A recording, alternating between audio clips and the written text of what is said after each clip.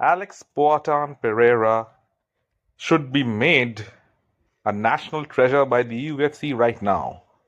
The dude just goes in there and puts on one spectacular performance after the other and saves the face of the UFC after he rolls out one dull card after the other. After that snooze fest of a co-main event, the people needed something to have their minds blown, and the main event delivered. Big shout out to Khalil Rountree Jr. as well for putting up one of the most gritty performances in recent times against Poatan. It was rightly adjudged the fight of the night. In fights like these, neither fighter's stock goes down. It will increase. The fans will get even more eager to see what Khalil does in his next fights.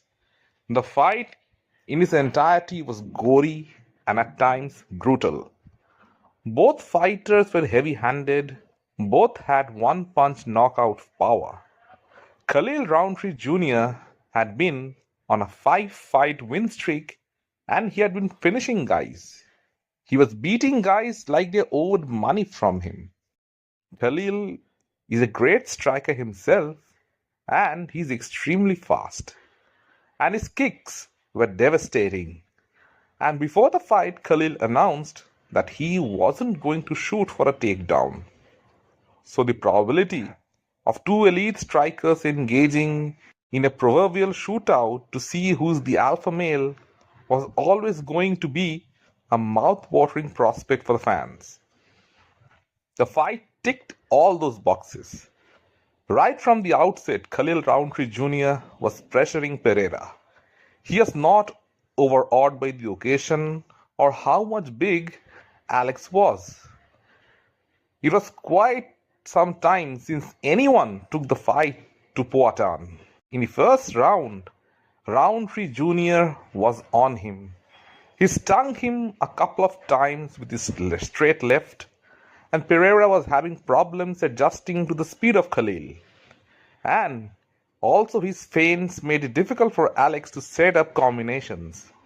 Rountree being a southpaw also added to Pereira's problems. He was not finding those leg kicks initially, which he is famous for. But as the round went on, he landed a couple of them. While Khalil absorbed some of them, it was evident that the kicks were taking their toll. And Khalil was expending huge energy on his punches. He was dangerous for the first 2 rounds. He even dropped Alex with a right hook. Pereira was being overzealous and Rountree Jr. caught him. That right hand kind of woke Pereira up. One thing about Alex Pereira is, if he gets hurt, he tries to get his own back. Therein lies the opportunity for the other fighter as well. But as the rounds progressed, it was becoming more and more clear that Khalil was tiring and Poatan was getting more dangerous by the minute. As soon as Alex started figuring him out, his strikes became more precise and more dangerous. All of a sudden, his leg kicks were finding their mark. Khalil's leg was buckling under the impact of those kicks.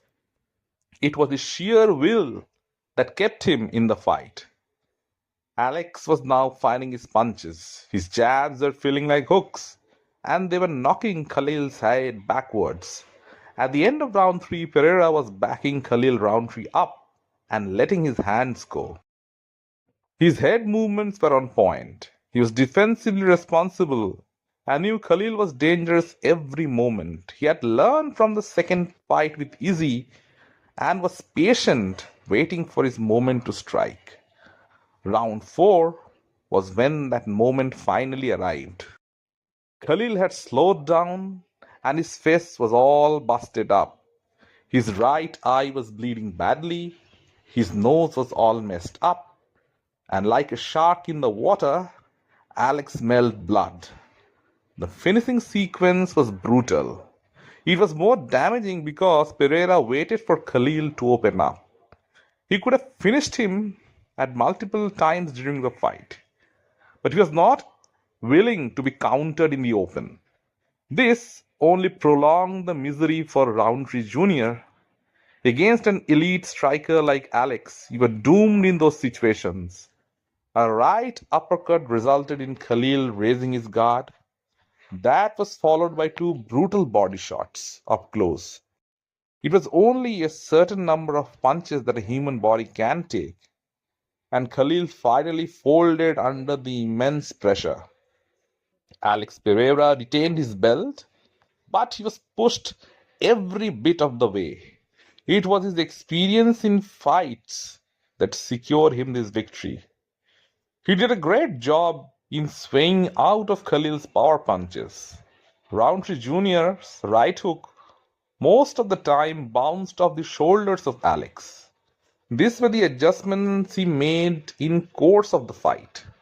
He carefully diffused the fire, and despite his age, Pereira has a good gas tank. It will be difficult for fighters to beat him at his own game in kickboxing. The challenge will come when someone decides to mix in the grappling with him. Maybe a Magomed Ankalaev is that kryptonite. Alex Poatan Pereira is the biggest star in the UFC right now. He has had more impact in his first 2 years in the company than most fighters have in their entire careers. He is the fighter that Adesanya wished that he was. While being an elite kickboxer, he was never a finisher like Alex. If Pereira had come to the UFC earlier, his reign as a dominant middleweight champion might have never materialized. And what's even more impressive is the fact that Alex has been able to connect with the fans despite not being able to speak in English. His aura is something else. You have to see it in order to believe it. Jose Aldo, after all these years, doesn't have an inch of the personality that Alex has. And Pereira is marketable. He is the MVP right now. A violent knockout artist inside the octagon and a chilled out dude outside of it. And his indigenous roots only make him more captivating for the audience. His teardowns are legendary. It keeps the audience intrigued every time he faces up or does a stare down. The audience or the fans are prepared for the inevitable. Such has been the impact of Alex Poatan Pereira in the UFC. He's undoubtedly the biggest star of the company right now. And at the age of 38, he isn't slowing down anytime soon. Let me know in the comment section what you feel. And if you like the content, please like, share, and subscribe to the channel.